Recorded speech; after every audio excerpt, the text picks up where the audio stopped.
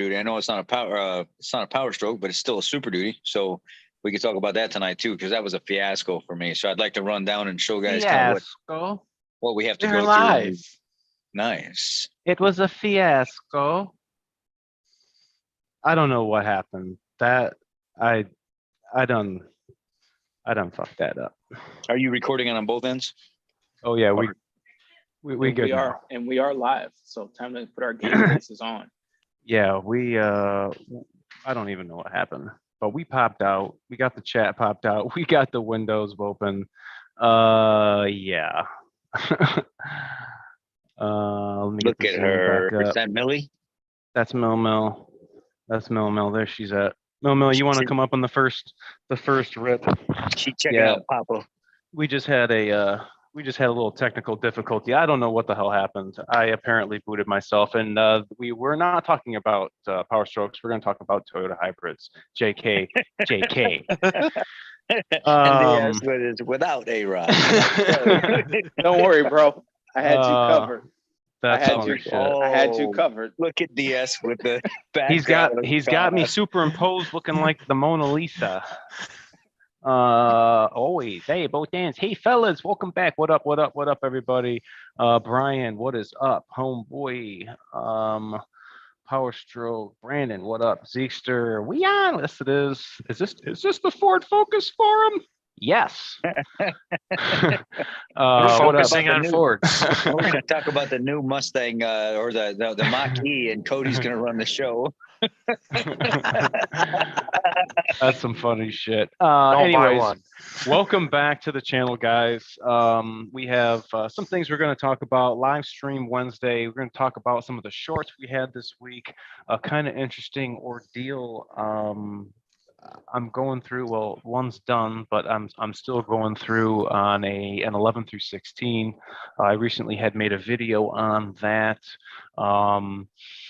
for a fuel concern, and we're going to kind of go over that. Ford Boss has got a really good Super Duty, a wiring problem that he found that we're going to talk about, because there are a lot of this particular model on the road, and just kind of I want to give you guys a heads up. DS was sleeping. That's correct. He's sleeping on a pile of snow. Yes. I like that. I like that background, DS. I guess let's start off tonight. We're talking about Toyota Prius. We're going to be talking about Toyota Prius. Let me in. He says, let me in. Let me go to my Facebook, and I was contacted by, let's see, where is he? Josh. There it is. A guy from Anchorage, Alaska, and he has a brand new 21, brand new to him, 21 F350 single rear wheel, 15,000 miles on it. He gives me the VIN, and this is kind of how it goes. To try to paint the story for you. About 2 months ago, he says, we noticed the AC wouldn't cool. I checked the normal stuff, filters, belts, online, etc. Even changed the cab filter. All good until I found the clutch was not engaging. He says, okay, beyond me now. So I took it to the dealer. They quickly discovered that the light bar that I had professionally installed had punctured the AC condenser. Okay, no big deal. So I went back to the light bar installer. They said, oh no, no problem. We'll take care of it. He said that the guys were awesome. Time went by. They called, said, drop it off. Parts are in. He said, so him and his wife picked it up when it was completed. She calls me and says, something isn't right. And get home, and holy hell, oh my God, the smell in the truck was undescribable, like nothing I have ever smelled before. I was a heavy equipment mechanic, but never did any AC work. A super strong chemical smell. It was so potent, walking by the open door, you immediately thought I have a serious chemical spill and need a mask. It got worse when the AC is on. I take it back to the upfitter right then. They chalk it up to a dirty rag and offer to ozone it. Okay, go for it, but I don't think that's it. The upfitter ozoned it 3 times, no luck, and took it back to the dealer where it is at now. They have no clue. They said there's nothing wrong with the AC work, and they can't identify the smell or find the problem. Week later, it's still so bad that you can't even drive it. I asked if they could just redo everything the upfitter did and was told no, they would have to ask, but they don't think it's anything that they did. It's just a coincidence, he puts in quotes. Now I'm sitting here thinking, did the shop just brick my 90K brand new dream truck I've saved for years to get? Am I going to be claiming this on my auto insurance and total because the truck and chemical smell? Not to mention family, work, logistics, 2 little kids and with both working parents. Honestly, this is the worst thing I have ever smelled, and I've been in trash burn pits. So I'm like, man, that is pretty intense. For my first inclinations, like, man, okay, this has got to be AC evaporator in the, in behind the dash, and it's kind of hard to diagnose a smell problem over the phone or over the internet. And Rich, what's the first thing that that you would think of when looking for something weird like that? I thought death. I'm like, you sure it's not death? He says, no, I know what death smells like. It is definitely chemical. So I told him, maybe swipe your finger on that AC drain and see if it's oily. I mean, the only other thing to do besides take the dash out and the heater case and all that, I mean, if the dealer's saying that the AC pressures were fine, I mean, I'm going to take their word for it. I mean, I have no other choice to. Yeah, you'd have to do something like that, because it's why would it get worse with the AC on, but he didn't smell it before all this? And it's weird, man. That is really weird. I hope they charged the system with the appropriate stuff. I hope they did the work correctly whenever they refilled everything. I mean, if they're a light bar installer, are they just an accessory installer, or do they actually have a shop where they have the appropriate machines and everything else to service the system properly? Well, he also added, and this is when I talked to him on the phone, he said that the shop who messed it up installed the correct replacement parts, but had another shop charge it. Yeah. Like, kind of hard to mess that up. You look at the label, says put 1.63 pounds in. Yeah.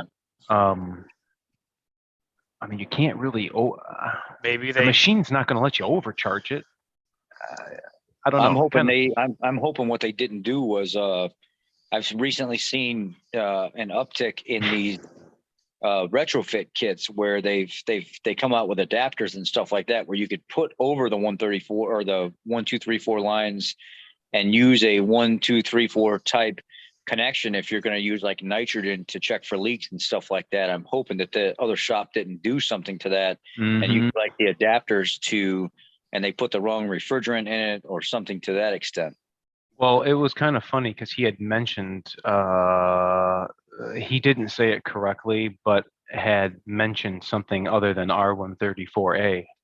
I'm like, oh man, thinking like, did they not know? Just see new truck, it's like, oh, it's got to be 1, 2, 3, 4 YF, and it's not 1, 2, 3, 4 YF. I mean, you can't really. I mean, how would you? I guess you would have to test it with a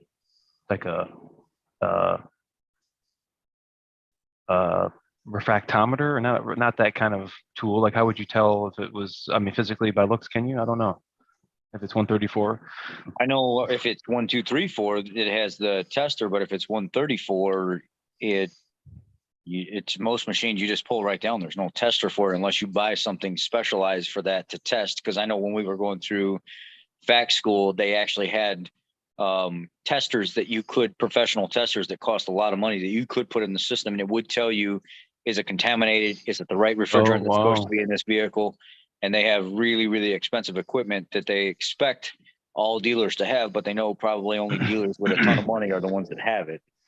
All you guys listening right now, for those who have Illuma duties, look at DS. That's like pretty dang good right there. Like, looks like you're putting your arm on your plow. It's like, what's up, man? Yeah, we just got it on the plow.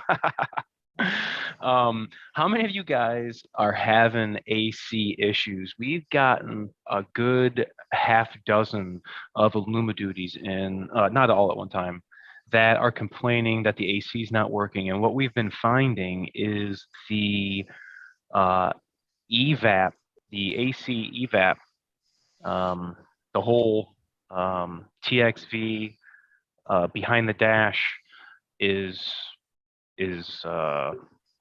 popped, I guess, for a sake of argument. We've hooked up the gauges and the high sides at 400 psi, and there's a TSB on it for this particular scenario. And guess what? The parts are on back order. Yep.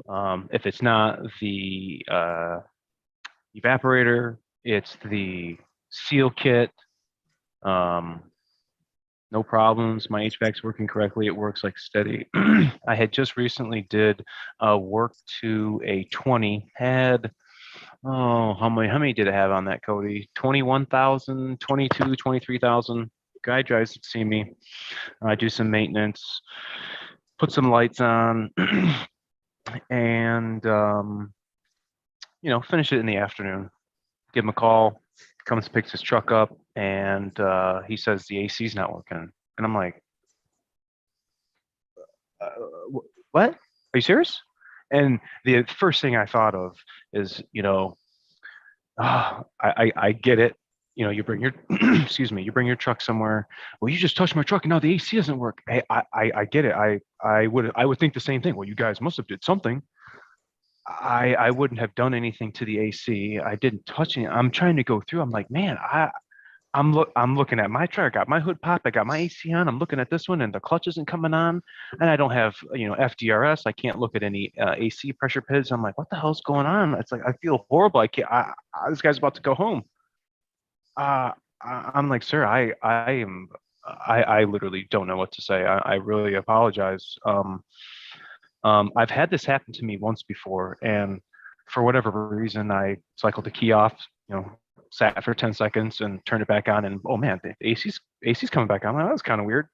And I went about my diagnosis and did the maintenance or whatever at work.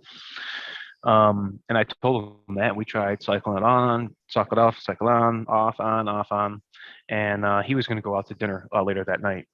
And I said, well, let me know. I'm really curious. I don't know what to say. I'm sorry. He calls me and says, dude, everything's working just fine. Are you serious? Like, what the hell happened? I wish I would have had a scan tool to see what the AC pressure PID was, because the clutch was not engaging. Did I not have power? Did I not have AC pressure? Well, I couldn't have not had AC pressure, because now all of a sudden it works. So did I have a wiring problem? Was it a bad pressure sensor or something whack? 2020.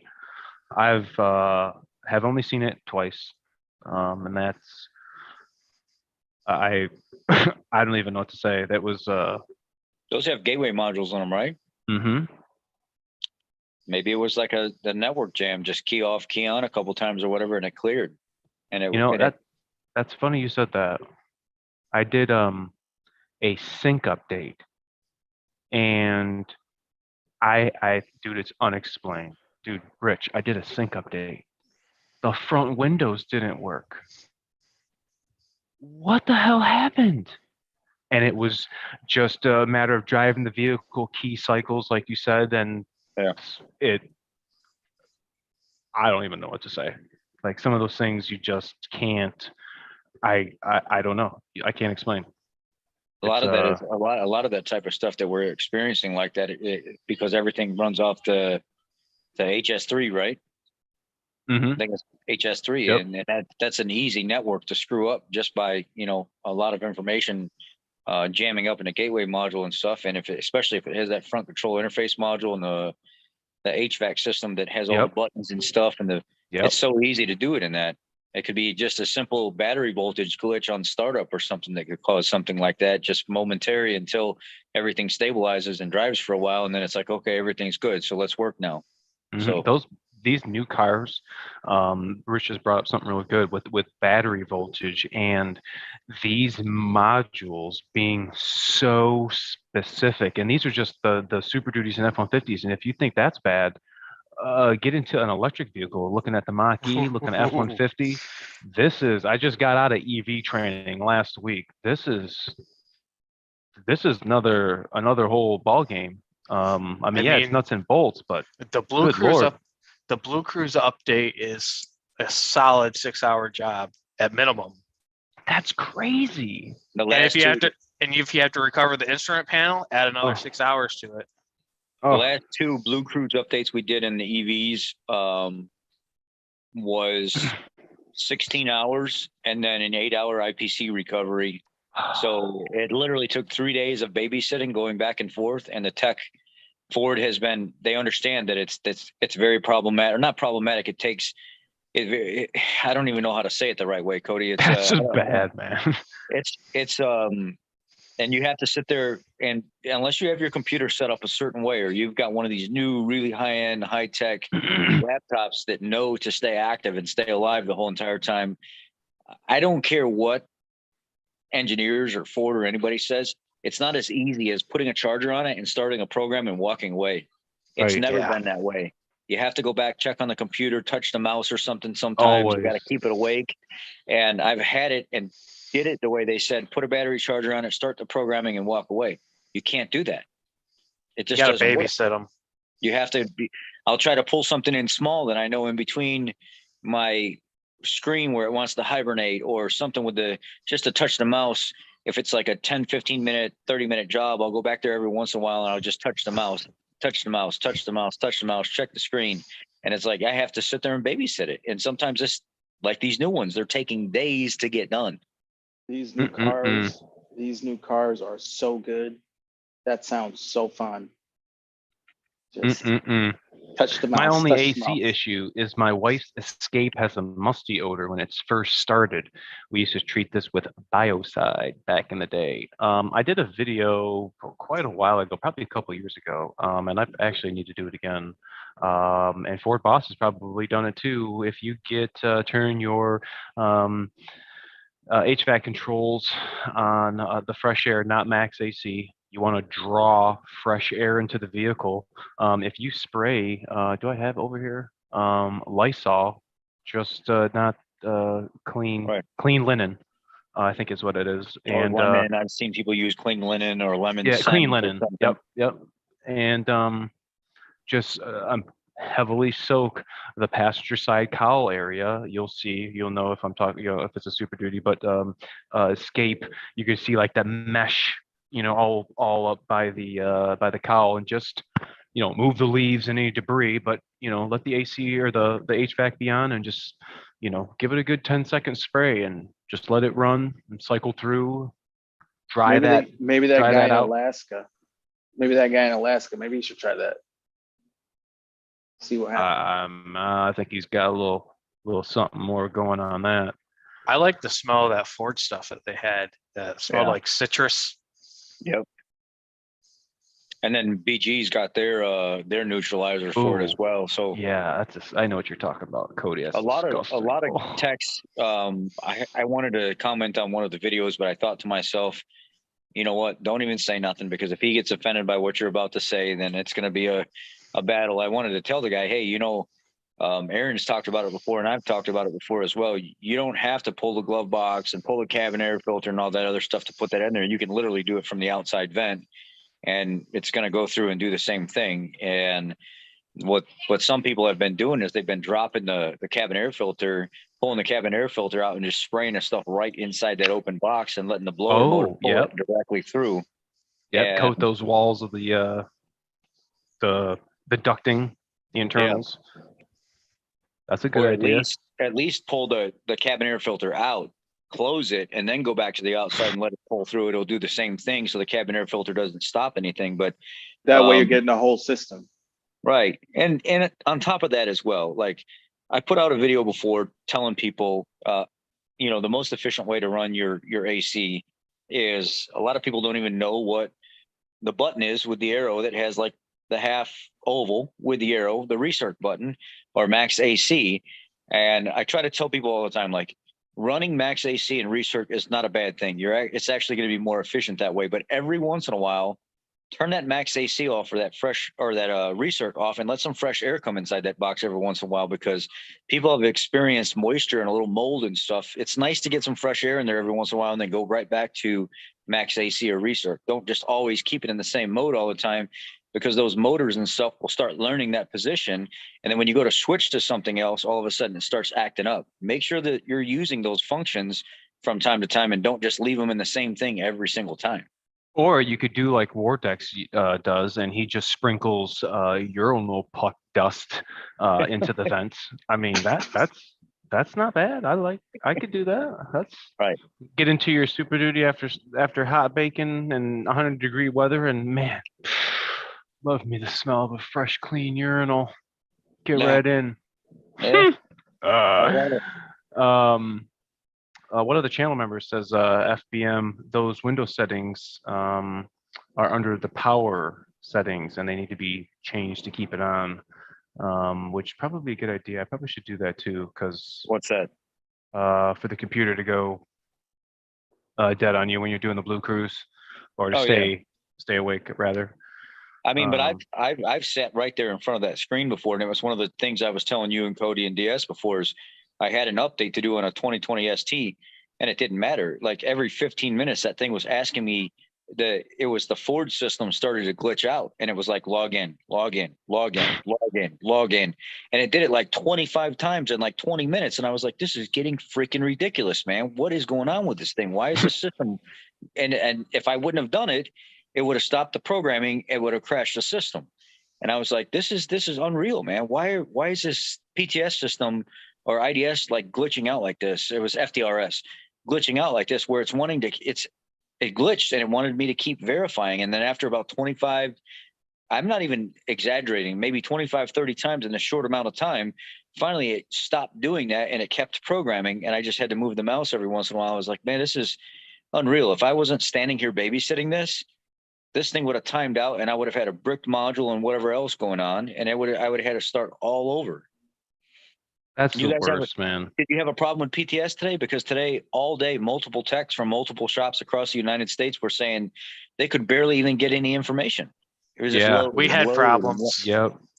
We had problems. I was trying to look up a TSB, and it just got the blue wheel.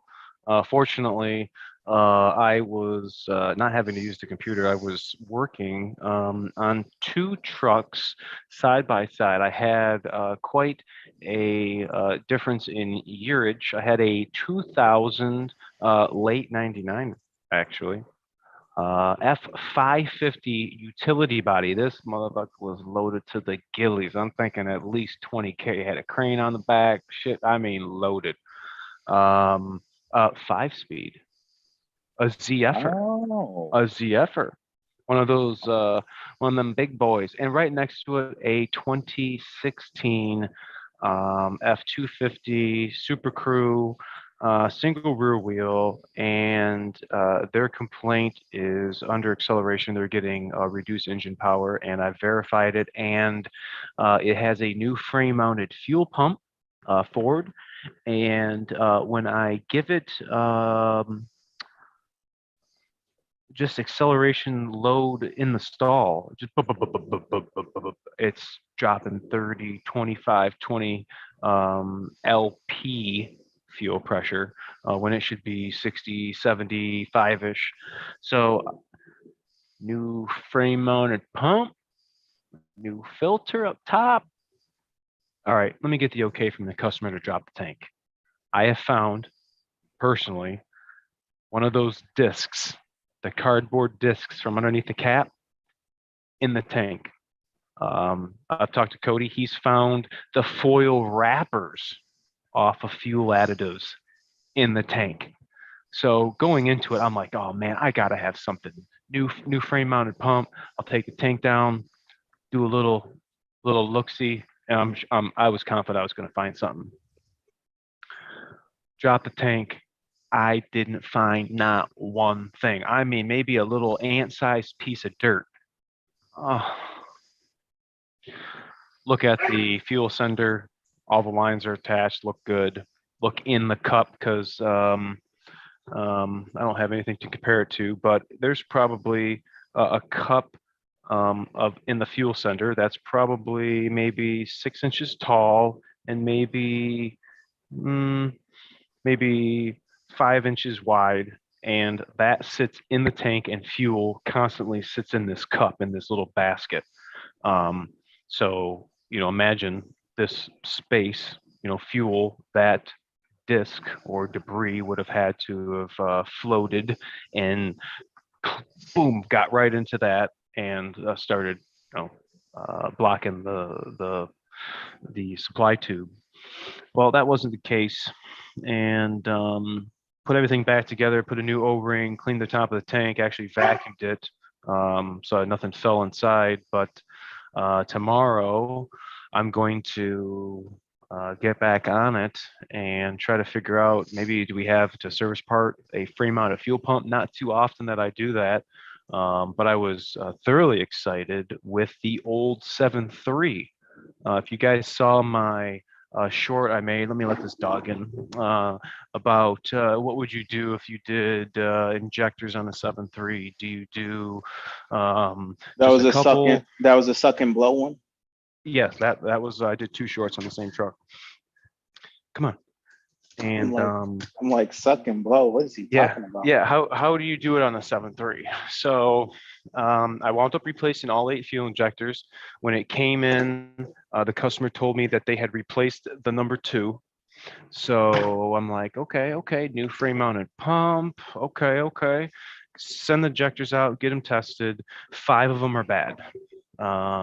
So we tell the customer, and he says he wants to get all 8 replaced. New 8 injectors, new 8 glow plugs. Made that short, showing you guys, or asking you guys, how you evacuate the cylinders of oil and fuel. And look at DS, Jesus. Dude, when I saw that, I was like, what in the world? Did there's oil in there? Yeah, I had no idea. I would have just freaking not known. So you yeah, gotta get that oil out. You'd have been I know, right? What about hydro? That rod. Yeah. Drop the fuel tank, replace the injectors, put a new Motorcraft Ford frame mounted fuel pump on. They had just took the guts of the pump out and replaced the pump, and I ain't messing with that. You need to make this right. Drop the tank, and the customer said they dropped the tank and didn't see nothing. I don't know if they were looking for debris. I shouldn't say debris, dirt. But when I took the tank out and I lifted the fuel sender out to put in the oil change bucket, now who been painting inside this tank? Glitter paint all on the bottom of the sender. Hold on, get my step stool, look in the tank. The whole bottom clamshell, that tank, all delaminated. That's why the injectors failed. That's why the fuel pump needed to be replaced. And the customer said they didn't see anything. That's all good and dandy. But what I was more concerned about was the Chinese finger trap filters inside that DTRM in the sender of the aft axle 40 gallon. Well, it would be in the midship ones. Completely plugged. Couldn't see light through it. That was the short today. Completely plugged. Put everything back together, clean that out successfully, got a refurbed tank, $800, relined, lined on the outside, looked really nice. I was pretty impressed. First time using it from this company, and I filled that bitch up with 15 gallons, primed the system. This thing hauled. I mean, she was booking for as heavy as that truck was. 5-speed Z effort. I mean, it was G. I took it on the freeway. Now, mind you, when you're evacuating the oil and fuel out of the cylinders, not all of it is going to go out the glow plug hole. Some of it's going to go out of the exhaust valve. Well, some oil was in the exhaust, and you could see it. I'm looking at the blind spot mirror. You can see it. just got a little blue haze. I got maybe 2-3 miles on the freeway. I didn't see nothing. Got off the freeway, and all you saw was making power smoke. I mean, she was cooking. Totally pleased with it. The customer is going to be pleased with it. I'd asked him, I said, who drives this truck? You or somebody else? Me and another guy. I said, great. You guys are going to definitely tell the difference. I mean, we're getting, look at that. Disgusting. Those are the filters that were in the fuel sender. How this thing ran. I mean, think of it. You're sucking pop up in a straw, soda, and you hit ice. Oh, come on. Think of how hard that fuel pump was working to draw fuel from the tank, and those injectors just eating it, and it can't keep up.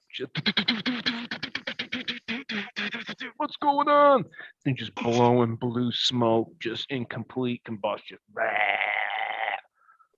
Hey, we got it 100 now. That was a Econoline, and that had 0 fuel pressure at idle. Hey, Econoline. Hey, the 16 that you're dealing with, that fuel pressure drop, we had a 15 or 16 F450 or 550 ambulance come in, and the diesel tech had just got done servicing the fuel filters and doing general services, turned it over to the paramedics. They took off in the vehicle, and they didn't make it not even a half a mile down the road, and they turned around and came back immediately. And they were like, when we first initially take off, it's fine, but once we get it under any kind of load, it starts breaking up. It acts like it has no power. They brought it back in, and we put it in the stall, and we're looking at everything. We're looking at fuel pressure, and it's like, it'll get up to 65, 70 PSI, and then we brake torque it in the stall, and then all of a sudden it dropped down to like 40, 45, 38. And we're like, what happened? What did you do that was different? And he was like, I don't know. I just did general services. So me and him both climbed up underneath it, and it had the spin-on filter. And we spun that spin-on filter off. And whenever we went to go pull it out of the hole the rest of the way, the O-ring rotated back inside the slot and stuck back where it went.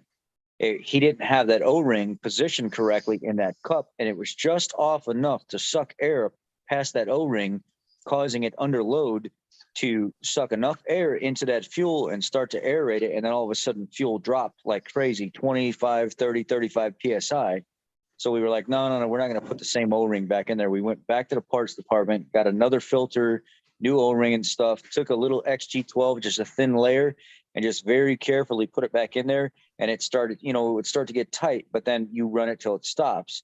And then we started it back up again, reloaded it up in the stall, and all of a sudden 68, 70, 72 PSI, and never dropped out again. He let that O-ring rotate on that filter housing, and it was sucking air past those threads, causing the fuel pump to drop pressure or not be able to supply enough pressure under load. And that's the only problem. And that's how we found it, is because he just serviced it and it wasn't going on before that. Interesting.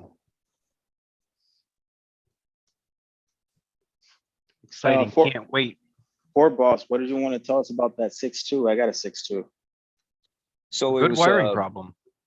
There was a couple problems that were going on here. And mind you guys know on my channel, whenever you're messaging me, one of the things I stand for is I don't like to bash other techs. I don't like to bash independent shops or other dealers. I feel it's kind of unprofessional. But if I have a story to tell somebody about a situation, regardless if it's an independent shop or dealer, I tell the story truthfully, and I don't hold that information from you guys. This was another dealer this guy lived closer to. He's got a fleet of landscaping trucks. He took the truck to them, and it was a crank no start. 2012 6.2 liter Super Duty F250 single rear wheel, and they had diagnosed it as a bad body control module. He didn't like the diagnosis. They didn't seem confident. They wrote it up on the repair bill. It was going to be like $800 and some and it's on back order with no ETA to be released. So the truck sat there for about a month. When it got to me, he had it towed to our dealership, and there was a no crank, no start. What had happened is they cranked the vehicle so much trying to figure out what was going on with it. and it was so old and rotten that it locked up. The battery was bad, the starter was bad, and how I verified that was I had good ground going to the starter, and when I was in the truck and I would turn the key forward, I could hear the relay in the body control module clicking over as if it was receiving what it was supposed to. It was trying to actually work, and there was no indication that there was a security problem or even that the body control module was bad. So how they would come up with that diagnosis, I don't know. But I started back fresh. I put the paperwork from them away, cleared my mind, and said, start from square one. I hear the relay clicking over. Am I getting power down at the starter? I go underneath and I hit the little hot wire, the exciter wire on the starter. So, okay, it seems like I'm getting good power. And my power probe, it's sounding off pretty sound, like it's liking the power that it's hearing. So I'm listening to the audible tone. I've got good ground, I've got good power. My main power wire going to it, it's the connections are good, no voltage drop issues, no nothing like that. I've got a bad starter. First, I'm going to start there. I've got a bad starter. So I asked the customer, can I put a starter in this? I put a starter in it. Now the truck's cranking back over again. But I hear the fuel pump, it's turning on. It's nice, the audible sound, it's real good. So I pull, you don't have to do this. And if you do this, be careful. When you're cranking it over, if you pull one of the spark plug wires and you just hold it right outside of the ignition coil post that it comes out of, they're hot. Those 6.2s, they fire hot. And that arc will jump across just that little bit that you've pulled off. And you can see if you're getting ignition or not. It'll ta ta ta ta ta, and it's loud. They're double plugged 16 plug engines, right? So I'm getting nothing there. I verify power at the purple wires going to the ignition coils. There's no power going to them at all. It's like 1.1 or 1.2 volts. And I'm like, check the fuse. I'm getting 12.6 volts there, but I'm getting 1.2 volts at the coil. The harness goes from the fuse box on the driver's side, follows through the fender, up underneath the radiator, comes up the other side, and it goes back through the other fender. So there's a lot of points on these older 6.2s where they can rub, and they're known for that. So I pull the liner down, and I'm looking at the harness and stuff as I'm following it around on the passenger side, and I see where the harness comes up on the radiator on the passenger side, and there's a plastic white tab that fastens it to the radiator support. There's cotton candy growing right behind it. I pop it off, and I grab my pliers, and I tug on the brown and the blue and brown wire, and there's nothing there. It's like one or two strands. That's all that's connected inside that, and just go beep, falls apart. It's melted, and it had melted some of the material into the other wires. So I pull it on apart, strip the wires back, put some shrink wrap and stuff around it, drop it down the wires top and bottom, solder in a new connection, slide everything, shrink it, dress the harness back up, go inside the truck. There's a video on my channel from start to finish. I did like a 1, 2, 3 kind of deal on it. Try to keep people in suspense. Come back watching the videos. You know, it's kind of how creators have to do things now because we're struggling so much. The algorithm's not in our favor anymore. I can tell you guys that. Yeah. It starts right up, fires up immediately. The truck's running great. It's pretty responsive. So I tell the customer, look, I've got it running. I've got everything going. I fixed the wires that were broken. It didn't have anything to do with the body control module at all. I programmed a second key to the vehicle. The customer said he was interested in having that done anyway while it was there.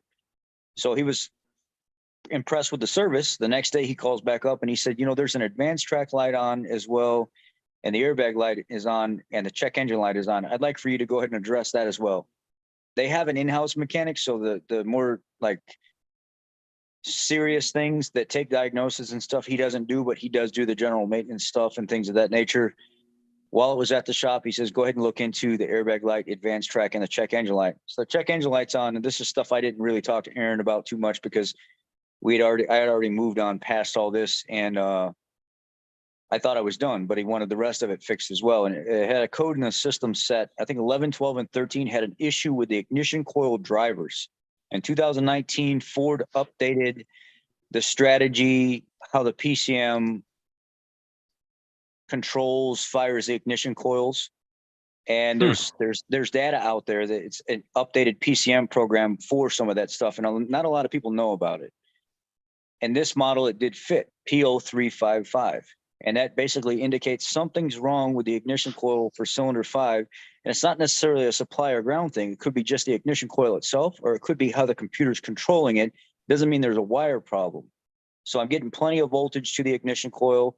The feed going back to the computer is good. There's nothing wrong there. I load tested the circuits.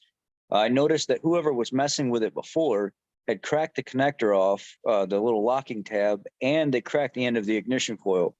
So I put a new ignition coil in it, and I updated the PCM software to the newest software, fixed the problem 100%. Truck's running great, new PCM data, new ignition coil, and that was the fix of the problem. And then I start looking into why the airbag light is on. Why am I getting no communication with the restraint control module? And why is the advanced track light on? The reason the advanced track light's on is because it can't communicate with the RCM. The fuel pump driver module can't communicate with the RCM. The ABS module can't communicate with the RCM. So these lights are going to be flagged because the RCM's offline. I go back to the body control module where all these sunflower seeds and mulch and debris and everything else, the kick seals are just, I had to rip it all up. I ripped all the plastic up along the side of the truck. I had to like spend almost an hour vacuuming out the underneath the rubber liner of this guy's truck, cleaning all the mud. And it was like thousands of sunflower seeds where people were chewing their sunflowers and spitting them into the floor. There was like 2 or 3 inches of nothing but mulch and sunflower seeds down the entire side of that truck. So I cleaned all that out, and I'm noticing all the corrosion and stuff in the body control module, but there's really nothing indicating there's something wrong until I test. I think it's like fuse 36, and there's no power coming out of the body control module at all for that circuit, for the RCM. It's just dead. So there's no further diagnosis at that point. I have to figure out why that body control module, and I can't do that because you either send it off and have it rebuilt. You take it upon yourself to hope you don't damage something by opening everything up and figuring out where the circuit's at, which I'm not a computer guy. I'm not going to do that all the time. Smaller stuff like window switches and things like that I've done in the past, but I'm not going after a body control module where there's all this stuff that there's professionals that do that. Now, what do you want us to do? This thing's already been ordered by another dealer. It's on back order. They don't know when they're going to put their hands on it. We can take your body control module out and down the truck and send this thing off to Florida to an electronic company that we use, and they rebuild them for like $600. But you're still going to be down for, a couple weeks. Well, they have to repair it. Then they got to turn around and send it back. If they can't repair it and it's non-repairable, then you got to pay an extra $400, and they'll send you an already refurbished unit that they have in stock. So I told the guy, I was like, look, at this point, the engine's good. It's cranking, it's firing, it's got plenty of power and stuff. The truck can be worked. Your restraint control module is offline. Can you drive the truck and function and make money off of it? Yes. Do I recommend you doing that without these other things? I'm on the fence about that. I'd like for the safety stuff to be working in case this vehicle gets in an accident or something like that. I want the advanced track and all that stuff to be online. Is it necessary if you're going to stay around town and do small jobs and things like that? No, you can grab the truck and you can work it. It's a truck that was bought from auction a year ago. So at some point you have to start looking at how much money am I going to invest in this vehicle before I stop. Now, the reason I bring this up, for one, it's a maintenance truck. A lot of you guys own your own companies. A lot of you have employees and stuff like that don't treat your trucks very well. The reason we do these shows on Wednesday and stuff is so we not only we can talk to each other and build a team of honest technicians. It's also so we can notify you guys of what we're seeing by people that are driving these vehicles that are not taking very good care of them, that are costing you thousands of dollars, that they probably should be more mindful of that, because you run into situations like this where we can't get parts because of negligence or people not taking care of a vehicle. And also, unfortunately, it came from another dealer that did not know how to diagnose it. And they're supposed to be a very competent dealer, and they were not. The diagnosis was way off. It took the vehicle out of commission for over a month, and all it was simply wiring and a battery and a starter. Needless to say. Ain't that a bean? Speaking of wiring, especially chafe points, kind of, where you would find them 11 through 16s. I think if I were to see my top wiring chafes. So if you guys envision 11 through 16, pull out your front headlights. Okay, you got those core supports. You're looking at the front of the truck. I'm the front of the truck. Here's the radiator, and you got the steel body that comes down, and you got like your cab bolts facing up, right here. Right. If you are now back in where the radiator is, so now you're like underneath, looking at the fan shroud underneath the belly, you're gonna see the harness come down from the fender liner, clip with the harness goes through a piece of convolute that is push pinned into those body parts that come behind the headlights. And what happens, I have seen both on the driver's side and the passenger side, right where the harness is going through those convolutes, it just winds up like fatiguing and and just becoming like, real hard and pulling down right there, both sides. A horn problem. I don't know if I had a no start problem. I want to say I had I had an after treatment problem. The other one, if you guys okay, so between your cab and your bed, you're laying underneath, you have a cross member that goes from side frame to frame. There is an electrical connector that's right there. It's like a 20 pin flat rectangular. Sometimes, depending on how they built them, they pinch the harness between the frame, that cross member, and the body. I've done a couple of videos where I've showed you. I had a DPF pressure sensor problem once. I can't remember another one, maybe a DEF injector, where it had rubbed through right on that cross member and had to work like a little Tyrannosaurus Rex and got that repaired. For the most part, I don't really see that many wiring issues on 11 through 16. I get the occasional EVP sensor connector, rare, but I've done a bunch of them. I haven't done them in quite some time. Now, if you ask the Illuma-Duties, we had so much more shit added onto these trucks, and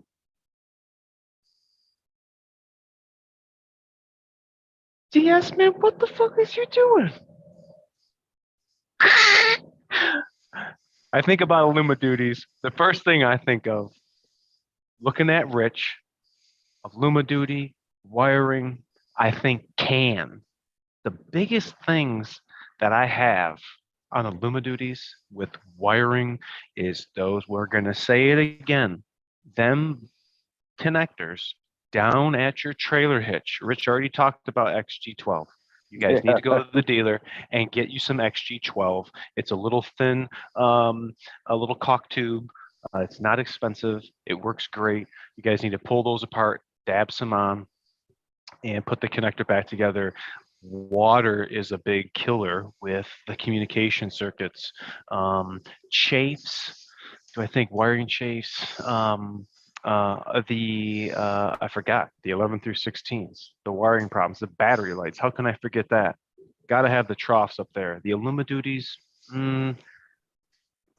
I'd say in my Super Duty existence, I would say I could put on one hand the battery light wiring circuits that I have repaired. The 11 through 16s, I can't even remember how many I've done. Don't get that the trough was designed just a little different. I still think you should clip your zip ties. Give it a little more wiggle room.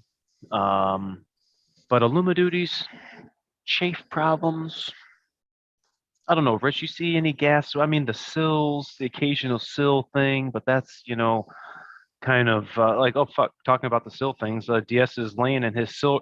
DS truck sees Honey I Shrunk himself into the sill of his Super Duty, and he's coming live from his wiring trough.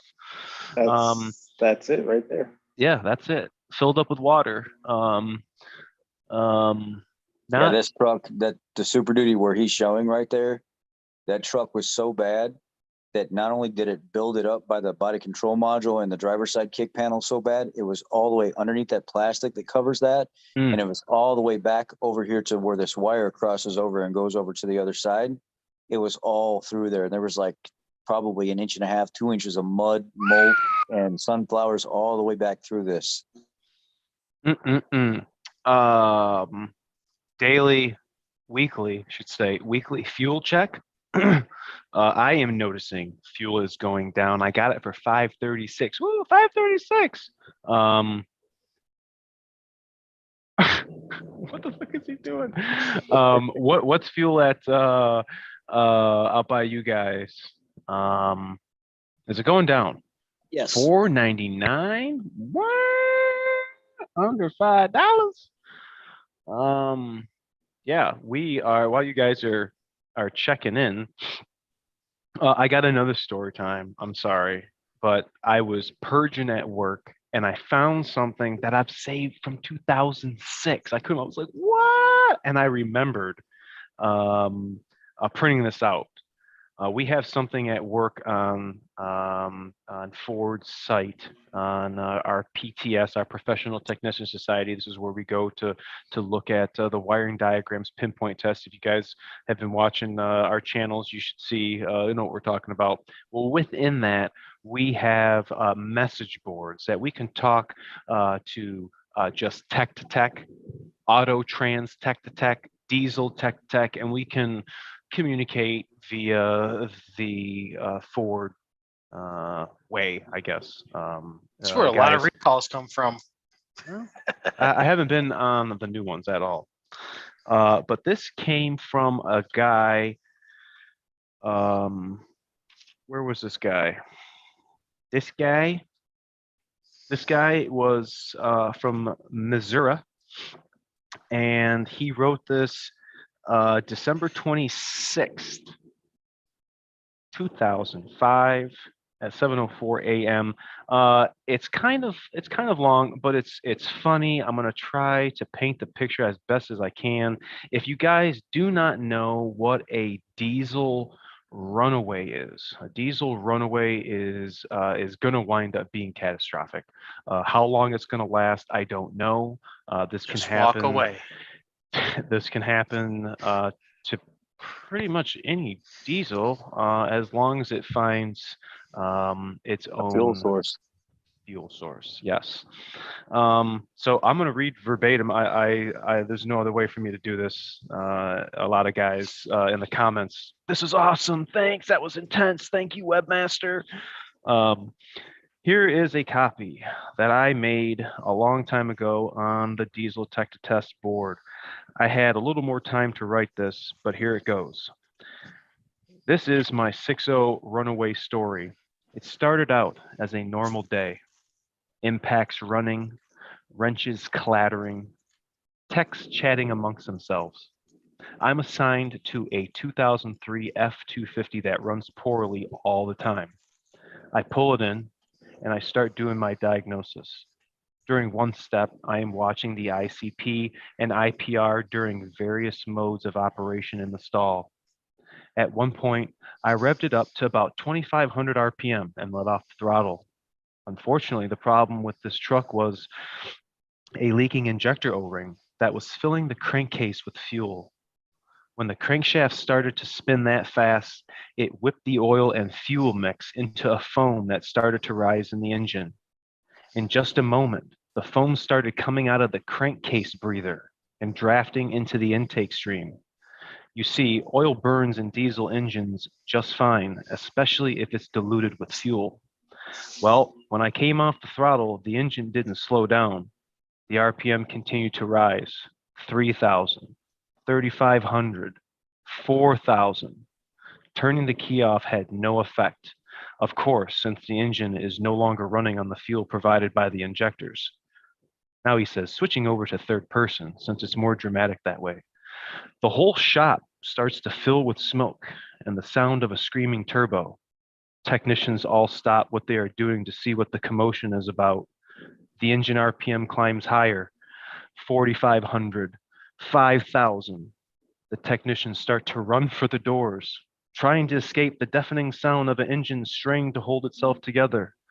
The ground starts to shake under everyone's feet, and the waves of sound exiting the shop feels like the hand of God pressing on your chest. The building sheet metal starts to rattle and vibrate as the RPM continues to climb.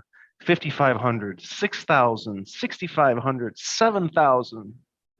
The turbocharger has surpassed the level of human hearing. The pitch is so high that the sound just disappears. A crash comes from the vehicle as the belt fails. Whips the power steering pump and sound just disappears. A crash comes from the vehicle as smoke coming from the tailpipe darkens. The shop with so much smoke, the automatic headlights come on. Still, the engine climbs. 7,500, 8,000, 8,500, 9,000. The smoke is so thick now that we can no longer see the taillights. All the technicians know what's coming and are protecting their bodies by cowering behind poles, other vehicles, anything available. The RPM reaches 9,500, 10,000, 11,000. All at once, a sound rolls across the witnesses. I'm sorry. I fucked that up. And all at once, a sound rolls across the witnesses, a sound that can only be described as a combination of nearby lightning strike and the sound of every toolbox in the shop overturning at once and scattering their tools. The shock wave is felt physically by shirts and hair being blown. The sound is so loud that the echo from Home Depot a half mile away was still shockingly loud. And then the silence. The smoking is forbidding, hiding the havoc, that a little bit of extra fuel has provided. We venture into the fog towards the truck. When it seems like we've walked too far, we see it like a ship resolving in the midnight fog. The taillights are out. The truck is sitting on an unusual angle, down in the front. One technician starts coughing from the smoke. We take a few more steps and feel a splash where we put our feet down. A rapidly expanding puddle is coming from under the front of the truck. But wait, where is the front of the truck? It looks fine up to the front doors, but then it disappears. Upon closer inspection, we discover that the entire front cap is destroyed, blown apart by engine pieces flung out at high rates of speed. Both front tires are flattened. Engine parts have damaged vehicles as 5 stalls away. You can look right at the right-hand cylinder and see the floor all the way through the block. Ironically, the grille, even the headlights are still intact. And my first thought was, well, I don't have to work on this one anymore. My second thought was, damn, that was freaking awesome. And that, my friends, is a 6.0 runaway. Next week, the story of the tech who experienced a runaway on a test drive. The torque shift transmission will still hold gear without any TCM commands, and the truck will go from 35 to well beyond the posted speedo, reading shockingly in a few seconds. Ha ha ha ha ha. That was quite a story. I remember that from that was intense. Quite a long way. I hope you guys could have painted the picture. What up, Rain Man? Look at DS over here. DS is not even affected by the story. Like, that's normal. That's normal. Well, let me ask this. What can you do? Is there any way to stop it? I mean, you can use a carbon dioxide. You can use phone book, carbon dioxide, fire extinguisher, but screw that. Walk away. My life's more important than that engine. Yeah. I've seen a guy in a shop where a runaway started back in an independent shop, and he had this big, giant like beach towel that he would have draped over the side of his box all the time. So when it would get he'd get super sweaty, he'd start at one end, and then by the end of the day, the thing would be soaked or whatever. He'd take it home and clean it and then bring it back. I've seen him grab the air tube and just shove that whole freaking thing in that air tube and just block it all off, so it was getting no air at all. And it's and then it died. But you have to be crazy enough to be willing to put your hands in that engine bay to do all that. Oof. And so, I'm sorry. You can eat that phone book. See ya. Yeah. Freaking crazy. I have personally never had anything like that ever happen. Have hydrolocked something, but didn't bend a rod. That was pretty. I had one 6.0 runaway on me. Walk away and let her eat. Exactly what. That's I like exactly that. what I did. I like that. Said, call the DS is over customer. here making snow angels. I'm looking at these comments. That's funny. You guys crack me up. Look at DS. I walked up to the front and told the service writer, call the customer. He needs an engine. Sorry, pal. Well, keeping on that line, and I mean, I guess that would be a big accident. Not really, but nonetheless. Today it was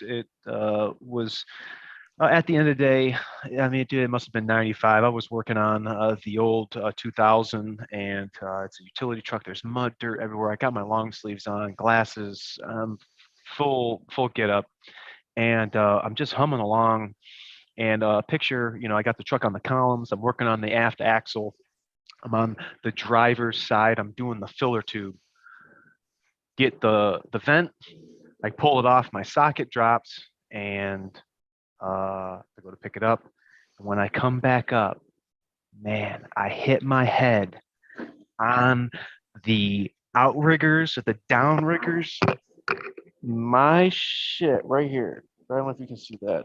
Oh yeah. I was sweating so bad, like the blood just followed my sweat, and I'm just holding what's hurting, and I'm walking to the bathroom like, what happened? Like, when I got in the bathroom, I had blood had followed my sweat all down my neck. It was just all over the side of my face. I'm like, oh man, dude, I can feel that in my teeth. Fuck, that hurt. So my question to you guys: you work in the shop, you're working at Home Depot, you're working at Pop Copy, wherever you're working. What's the worst accident? I don't want to get too gory, that you have seen at the shop. Has somebody got ran over? Has somebody? I had a foreman. He was being a smart aleck. And he didn't think anybody else in the shop could work on this semi out in the back lot. So he had to go do it himself. And he goes out there with this like 4-foot iron pry bar thing that he like homemade, put a dovetail on it and everything else. He's laying under this thing, and for some reason, he disconnected the drive shaft. And instead of asking for help or us to go get the big fork truck that could, pull like 25, 30,000. I mean, this thing was huge. It was an industrial, like shipyard forklift that we ended up getting at this truck place that I was working at, a towing and recovery place, but also we did mechanic work. And he's out there with this pry bar, and he's laying down, and he shoves it through the U-joint of the truck. And he's trying to get the truck just to move a little bit more forward. So he's using the leverage of that big iron bar, and he's just trying to turn the drive shaft a little bit to get it move forward a little bit more for something he was doing. And it started to move. And when it started to move, it didn't want to stop. So it went up and bounced and hit the frame, and it came back down, and it slid through the U-joint, and it caught him right in his eye, and it cut the bridge of his nose open. It cut his eyeball open, and it cut through the side of his head. And yeah, we didn't know what was going on, but we just seen him laying there on the ground motionless, and called the paramedics immediately because we knew something was wrong. And we went out there, and one of the other guys in the shop was like freaking out, and I grabbed the shirt that we had. Yeah, I grabbed it and I covered his face up, and I'm holding pressure and stuff there to stop the bleeding. When the paramedics got there, they had to rush him out of there right away, and he had to have like cosmetic reconstruction surgery in the center of his head, and he had to have a glass eyeball, and it took him out of commission. He could never work again. Hold on, stop. DS passed out when his wife was given labor. Are you about to pass out, DS? Do I need to call Donna? Like, are you about to be lifeless here in the snow doing snow angels? No, dude, may have mercy on your soul.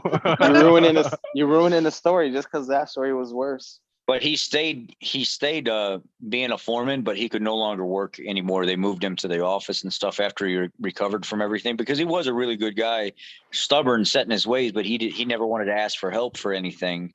And it got the best of him. And one of our coworkers right now is about to get out of the hospital because he did what you did today. He was he turned around, he had a tool in his hand, and he smacked his head on the steel lift. And he had a Super Duty up on the lift. No, it was a Raptor. And he turned around, he smacked his head right on the lift, and it caused brain swelling. Oh, and for real? this was just a few weeks ago, and he let it go for like a day, and the headache got worse. The second day, it got so bad that it was starting to mess with his vision. So the following morning, his wife rushed him to the hospital, and they put him in the ICU, and they were monitoring him. They were waiting for the swelling to go down on his brain. And then they ended up having to do surgery somewhere in the back of his head to relieve the pressure. And they had to drain like the excess blood and stuff that was pooling up there on his brain. And they said it could be 3 to 4 weeks before he could come back to work. But he's at least he's doing better.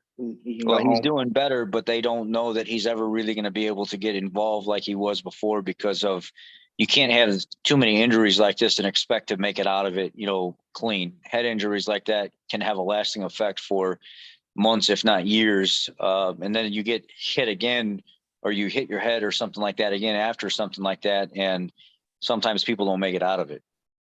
Oof. Dude, I never would have thought to try to move a truck by sticking a pry bar in the drive shaft. I never would have thought of that. It was stupid. And he still tells the story to this day. Like if I ran into him a few years ago, and I was like, what, you got the fireball eye in today, or do you have the icicle eye in today? And we laugh about it now, but it was serious. Wow. 2 things. TKS said I pumped nitric acid out of a 55-gallon with a hand pump I used to work for a chrome plating shop in LA when I was 18. The hose came off and pumped it all over my pants and instantly started to eat my pants. Holy shit. OMG. Now go down a couple and read what he had to do. I'm looking for it. I missed it. It's right above your oof. Ooh. Oof.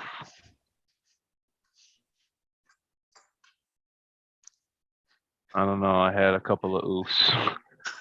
I was looking at Daddy Diesel's. He said, Daddy Diesel say, my buddy lost the top third of his thumb at the butcher shop on the bandsaw. Never found the tip of his thumb. So, damn, that burger was good. Universal Technical Institute. We had this big, huge, giant instructor, right? This guy's like 6'4", 300 pounds, massive dude. His name is Mr. Williams, coolest dude ever. And he worked at a Volvo truck shop, and he had his apprentice behind a semi pushing a Volvo up on these ramps. And then he was standing in front of him, guiding him kind of like, hey, when to stop. They had a chain hooked up so they could stop the truck. There was another guy in the truck, and they had the brakes caged. Well, something happened while the guy in the back was pushing the vehicle up onto the ramps, and he was standing in front on the platform in front of these ramps. The truck never stopped. It pinned him between the wall and the bumper of the truck, and it severed his legs all the way through into his hamstrings. No. Dude. Well, in the heavy duty world, like we deal with stuff, don't get me wrong, it's catastrophic. These guys in the heavy duty world, their stuff, they get one chance. Sometimes they don't make it past one chance. And he had to have all this like special surgery to reattach his muscles and stuff like that. Some of his legs, he can't feel. His bones had to be like steel bars put in, or some kind of titanium bars or something put in. And the guy walks a little weird, but he's gained most of his function back. But now he can never walk in the field again. He's an instructor. He'll never be able to wrench again because of this. It's literally severed straight through the front of his legs into the muscles in the back, and then stopped there before it quit crushing him through into the wall. That's awful. I used to work on heavy duty trucks. I used to change the tires, adjust the brakes, put on new hubs, stuff like that, and it was super dangerous. Oh my God, the stuff those guys go through, man. Oh man, I was a tire man. Like I used to bust those semi-truck tires down by hand and all that. Well, one time, one of the owners of the company asked me to go under the truck and adjust the brakes. And it was just, dude, it was a crazy job. It's like, you have to learn how to yell. Like, hey, first thing, I'm like 18 years old. Learn how to just yell, oh, so you don't get run over. Like, that's how you tell, like, if you hear someone yell, the truck's supposed to stop. Like, that was part of communication. Well, I go up under the truck, and the owner of the company looked at the driver through the window, like through the back window on the semi trucks. And he did one of these to him with his finger, like, come here. But the dude didn't realize that his foot was still on the clutch. And he got out of the car. He went to get out of the car and the truck lunged forward. And I was under it. I was like underneath the truck on my hands and knees, freaking by the tire, like by the tractor tire. And it lunged forward. And, you know, when you come off of a semi truck clutch, it wants to kind of spin, like the tires spin a little on the ground before it actually grabs the traction. It did that, and I jumped out way just in time. And then the guy put his foot back on the clutch, and then he put it in neutral, and then he set the brake, and he was like, "Oops!" And Oops! And I was just like, "Damn, that was close." That's freaking awful. Especially at work, reading one of these. What the guy said about the airplane. On a big aircraft, one of the electrical guys pulled a door onto his hand while trying to leverage it closed. And again, after trying to get it free. Oh my God. That's awful. Definitely. I split my face open right here and super glued it back together on an auger off of a fertilizer truck. I was mixing up 50,000 pounds of urea with agritane for a rice field. And I was having to hurry, and a truck came in for a shipment of fertilizer to drop off. Not only was I like the diesel guy coming up, but I was also the helper for the shop as well. It was when I was younger. And they threw me some tools real quick, and they said, get out there to that conveyor belt because the belt is not aligned properly. And there's a tech up there that needs these tools. So I grabbed them and I went to turn around and run out of the shop. And I'm looking at the tools that are in my hand to make sure I have everything instead of paying attention what's right in front of me.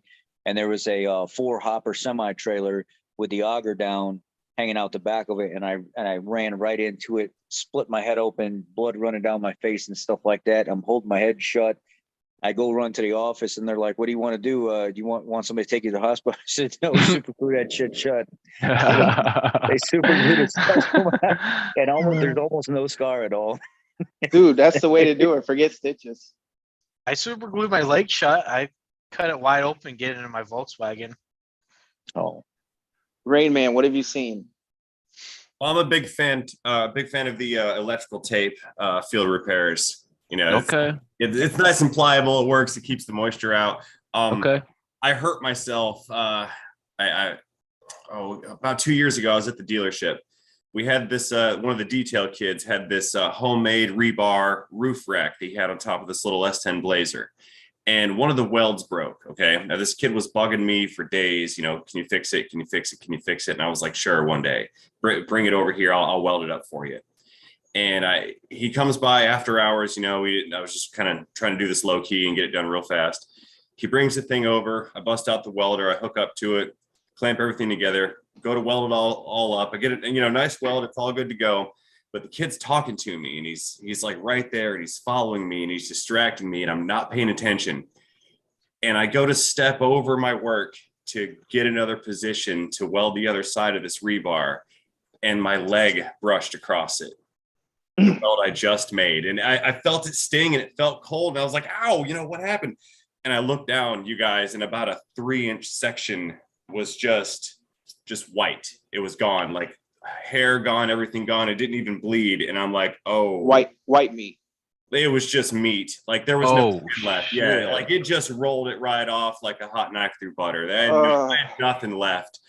And I'm like, oh damn, I just got really, really hurt. You know, I know it in my head before my body knows it. I was like, this is actually really bad. And I broke all the rules getting here. I was complacent. I was in a hurry. I was distracted. I did every single thing wrong that leads to an injury. And it happened to me in the most foolish of circumstances. It was embarrassing and humbling at the same time. And I will never do that again. You know, So what'd you do? Did you tape it up and keep going or what? Man, I went home, you know, and I'm like, I pretty much I took paper towels, you know, made a gauze kind of pad for it and taped it up with some tape, went home and repeated when I got home with actual gauze, put some Neosporin on it, threw gauze on there and taped it up, and that was that. Nobody noticed. It took him about 3 days at work to notice, and then by then I was like, oh, it happened at home. I kind of played it off like it didn't happen at the shop, but it kind of did. But I was off the clock. It was after hours, and I didn't want to make a big deal out of it because politics and whatnot. You ain't gotta tell me about that. Yeah, it went down that way, but yeah, it was actually pretty bad. And I still got the scar. I mean, it's never going anywhere. It got a little lighter over the past year or so, but that's my reminder of that day that I really screwed up. Guys, it was the craziest thing. There was a Ford Escape, the older style though, like the more square body, maybe the first Escape ever. And God, I was like 19, 20 years old. I hated Fords.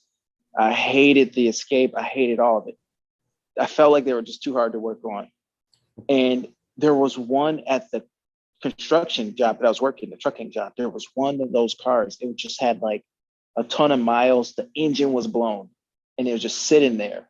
And the owner of the company said, hey, if you know anyone looking for a car, this car is for sale, but it needs an engine. And he said it has like 70,000 miles. So anyway, I'm thinking like, dang, 70,000 miles. Maybe I'll put an engine in it and I'll flip it. I'm always doing that kind of stuff. I'm always putting an engine in something, flipping it.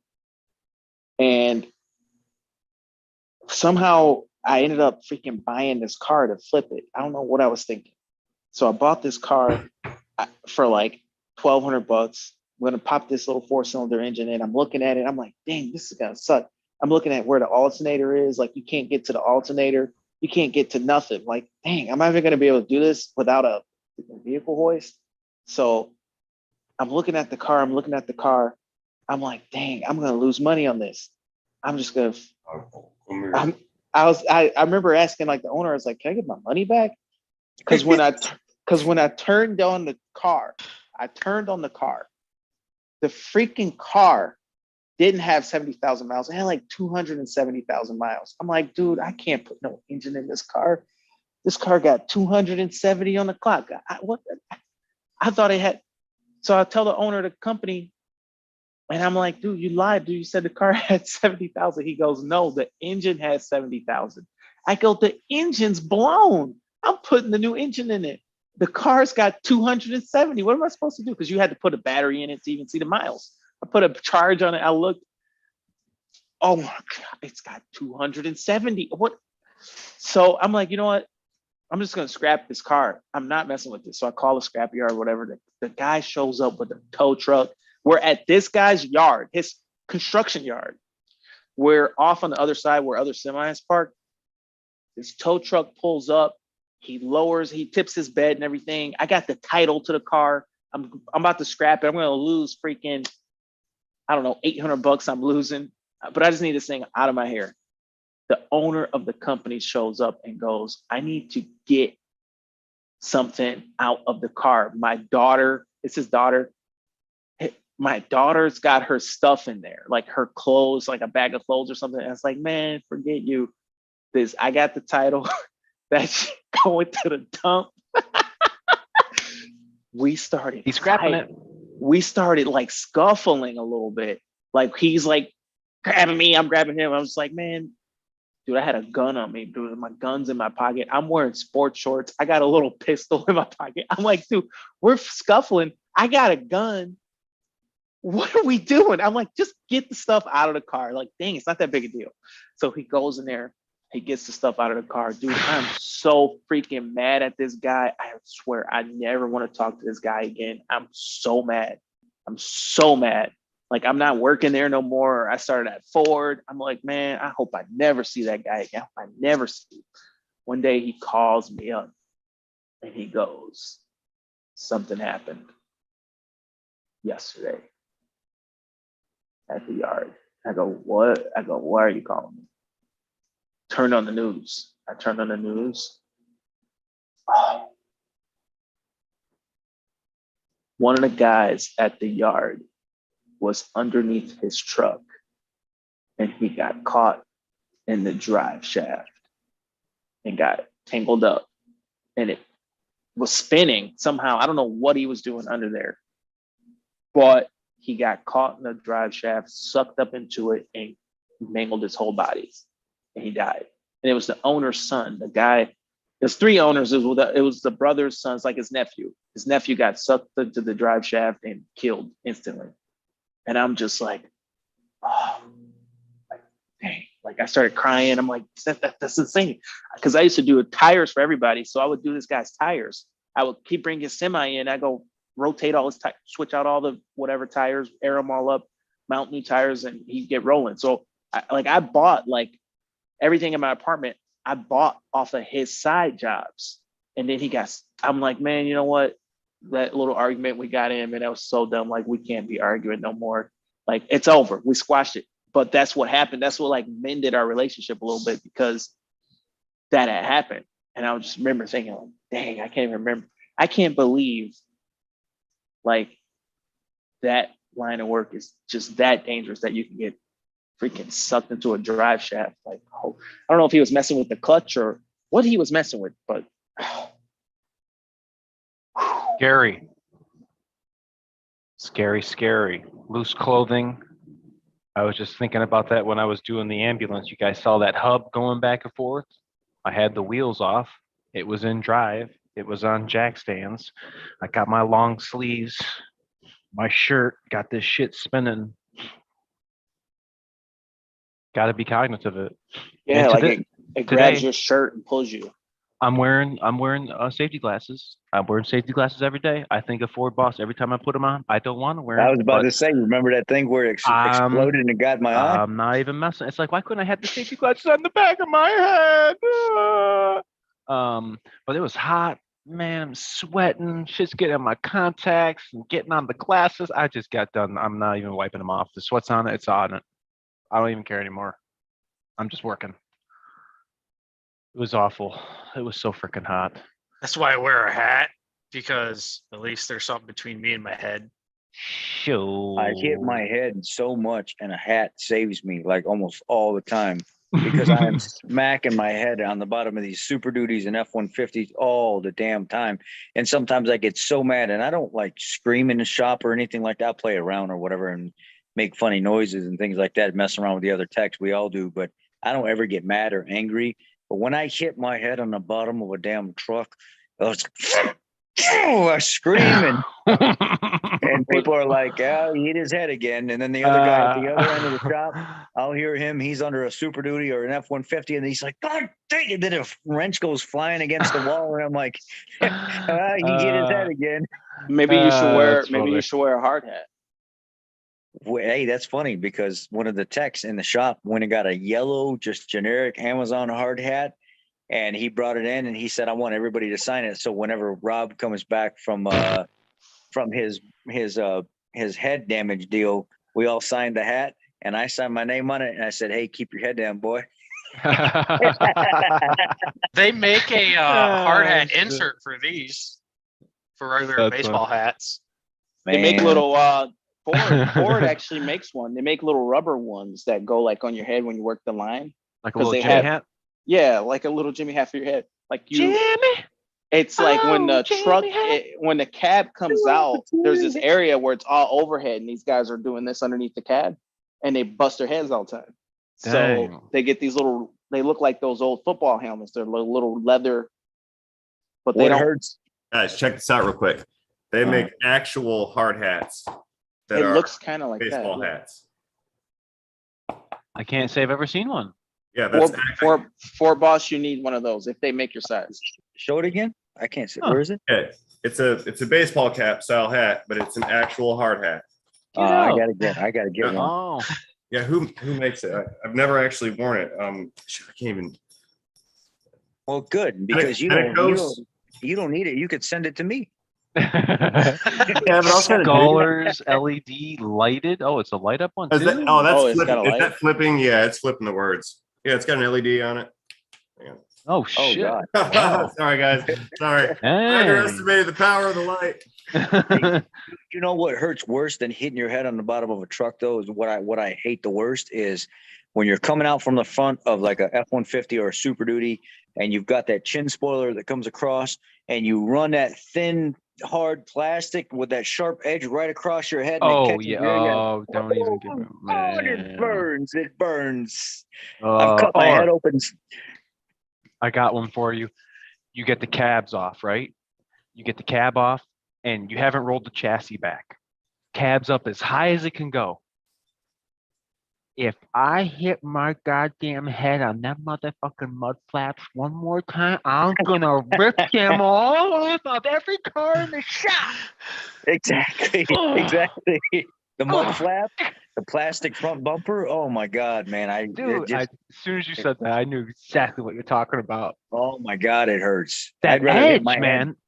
Yeah. It's sharp. Yeah. I've literally come home with blood down my head, and I've been so mad in the moment of hitting my head on that thing. I didn't realize I was bleeding that bad. And she's like, got blood all down the back of your head. What do you do? And she's over there doctoring me up. And I'm just like, oh, freaking leave it alone. Leave it alone. I'm so upset. Oh, fuck, guys.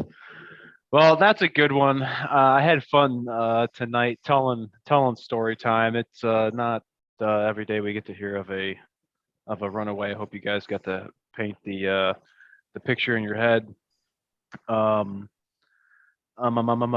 Friday.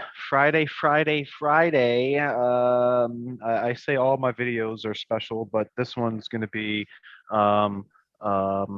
particularly special. What the heck is that, Cody? I chop up a new toy, a F-150, and I'm not talking like with a pair of dikes. That's all I'm going to say. It was a cool experience, and it was. I don't usually cut new vehicles up. So thanks for watching. Thanks for coming by. Make sure to see our short tomorrow. I got something in the shop I want to show you.